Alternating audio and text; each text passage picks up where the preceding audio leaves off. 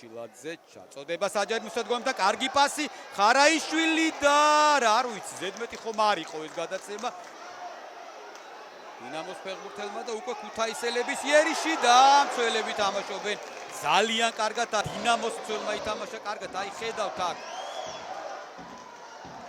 თითქოს რაღაცა ისეთი დახაზული იდეალური კომბინაცია მაგრამ გორდეზიანმა ცოტა დაასწრო მოვლენებს არადა კიდევ ერთხელ ვიმეორებ ხარაიშვილსაც ჰქონდა გასარტყმელი სიტუაცია არ ვიცი ხა რა ვთქვათ მაგრამ ფაქტად დარჩა ძალიან კარგი ეპიზოდი გაცვით და ეს კი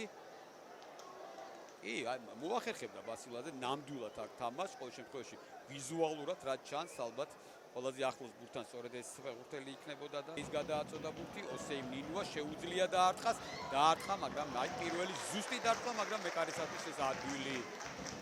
ნადავლი იყო და აი ეს კიდევ ერთი ეს ეპიზოდი ნინუას ძალიან კარგი დარტყმა აქვს მაგრამ ასეთი დარტყმის გოლის გატანა მოგვიწევს როდესაც კარში ძალიან გამოცდილი მეკარი დგას წარმოუდგენელია ეპიზოდი იყო განმეორებით ხარაიშვილი დაარტყა მოშორეული კუთხისკენ მეკარისაგან და ბურთი ძელმა ისყლიდა კიდევ ერთი შანსი ამჯერადაც სტუმრებს ახლა თუ საგოლე მომენტებზე ვისაუბრებთ ამ შემთხვევაში დინამოს უკეთესი მომენტები ჰქონდა მარჯვენა ფრთიდან ქუთაისელების შეტევა იონსენი საჯარიმოში ჩაწოდება ყოველ ანდრიჩი და 1-0 არა თამაშგარია მოდი ვნახოთ განმეორებით კი აშკარა არის აქ თამაშგარე მდგომარეობა იონსენი თამაშგარე მდგომარეობაშია ბევრი განსახილველიც არაფერი არ არის მაგრამ მაინც მოდი შევაქოთ კარგად გაითამაშა ბურთი ოდნავ დაასწრო იონსენმა კუთხურის შემდეგ თქვათ ამ ყველაფრის შესახებ ჩაწოდება მეკარე თამაშობს გადმოვარდნილ ბურთზე კი ქუთაისელები არიან პირველი 4-0 ასე დასრულდა საბოლოო თელავი გაგრას დაპირისპირება და ხვალამდე ისინი მე-7 ადგილზე არიან და უკვე 25 ქულა დაუბრუნდა ბოლო პერიოდში თელავი კარგად მოქმედებდა იყო რამდენიმე წარუმატებელი შეხვედრა და აქედან გამომდინარეც ნელ-ნელა გუნდი ავიდა მივიჩნიოთ კოლხეთის რომელიც გოლში თამაშობს დილასთან ქუთაისელების საფათო ეპიზოდი ჩაწოდება დარტყმა შეიძლება ბრძოლა დარტყმა კიდევ ერთი და გავიდა გოლი 1-0 ბეორნ იონსენი გატანილი გოლის ავტორი გოლთა კარში აი განმეორებით აქ ირესი ჩაწოდება აქ ხელს ითხოვდნენ უკვე მეორე ეპიზოდშიც ხელს ითხოვდნენ საბოლოოდ ანდრიჩის გადაცემა და იონსენის გატანილი გოლი მე-11 გოლი მიმდინარე სეზონში ბეორნ იონსენი მიმდინარე სეზონში დინამოსთან ბეორნ იონსენს გატანილი არ ქონდა და საბოლოო ჯამში აი დღევანდელ შეხვედრაში მაინც გამოიჩინა თავი ბეორნ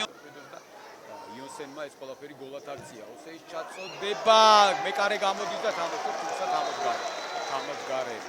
სრულფასოვანი აქ თამაშგარე როგორც ჩანს იყო საგემა დააფიქსირეს და იყო კონტაქტიც და შეჯახებაც მეკარესაგან სრულფასოვანი შემცვლელი ყავს გოშაძის სახით ფილიპ კლიაის რა თქმა უნდა მაგრამ მეკარის შეცვლა ყოველთვის არასდროს არ გავაკეთებთ ეს მშვენიერი შეტევა გამოდის ქუთაისის ტორპედოს ვარლეი ამდენს ვინ გაცლის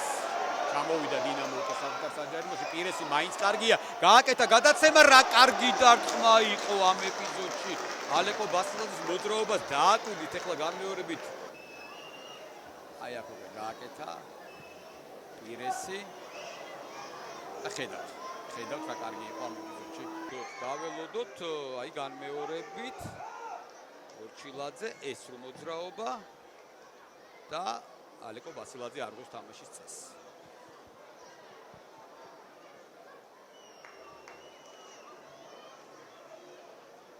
ბურთზე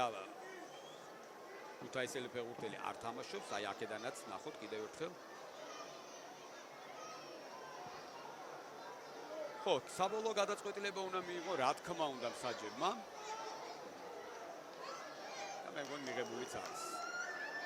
კი შეხება არის ნახოთ გამორბენი დარტყმა და 1-1 დინამომ გაათანაბრა ანგარიში ორჩილაძეს მე-9 გოლი რისი მოლოდინიც ჰქონდა და ასეც არის ისე რომ ბობანივსთან დავაში ფანცულესა და იოსენს მორჩილაძე ჩაუდგა 9 გოლით. დინამო მიმდინარე სეზონში მეორედ შეასრულა პენალტი, რაც არ უნდა უცნაური იყოს, ასეც ხდება 26-ე ტურია და ორივე შემთხვევაში მორჩილაძემ ზუსტად გააკეთა ეს ყველაფერი, მან დინამო ბათუმთან გაიტანა მე-10 ტურში და ამის შემდეგ პირველი შემთხვევა იყო, როდესაც გაიტანა. ფორვარდს არ უნდა აცალონ, გასაგებია. ხარაიშვილი რა კარგია, მეკარე და დამატებაზე სად ურტყავს. ხარაიშვილი საოცარი შემოტრიალება და სად წავიდა მანე. იყო თამაშგარეში, მე მგონი და ამას არაფერი არ ეშველებოდა, რო დაერტყა წესიერად აქ დინამოს ლეგიონერს, მაგრამ ეპიზოდის დასაწყისი იყო ძალიან კარგი. ხარაიშვილის არც დატოვა ადგილზე სორი მანე. შანსი ორივე გუნდს ექნება, მე ისე ასე მგონია. ეხა ტორპედო შანსი, რუდუშაური დაარტყა ლორია თამაშობს. ძალიან კარგად, აი როგორ არა. შანსი ყოველთვის არის ასეთ შეხვედრაში და აი ხედავთ აქ გავიდა დასარტყმელ პოზიციაზე და ლორია, გიორგი ლორია. დაარჩინა მან თავისი გუნდი. აი ეს არის გამოცდილი მაღალი კლასის მეკარე. შევაქო დღევანდელ შეხვედრაში მისი ვიზავიც